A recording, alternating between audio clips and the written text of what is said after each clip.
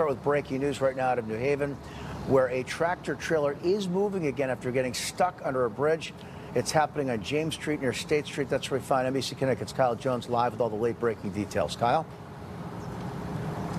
Hey, Kevin. Yeah, so I'm going to step out of the way because you can see that this tractor trailer is right behind me now. They did move it from underneath the bridge here on James Street, and it is quite a sight. The top of the truck is kind of pulled back from when it got stuck under the bridge. There was another truck that came and tried to help offload what was inside it. We actually saw a bunch of juice boxes that were being loaded from one truck onto the other. So we are right off of the exit off of 91, and so when trucks often come off of this exit here and swing around and show you, this is the bridge where the trucks tend to get stopped because the sign right here for low clearance is knocked down. We've noticed that that's been knocked down for actually quite some time. So that is part of the problem, that trucks often come down this road and have to either turn around at the U-Haul, or now that the sign we've noticed is down, we've seen 2 trucks in 2 days get stuck right here at this bridge. The Amtrak team did come through and inspect the bridge. We did see 2 trains go through, one Amtrak and one CT rail.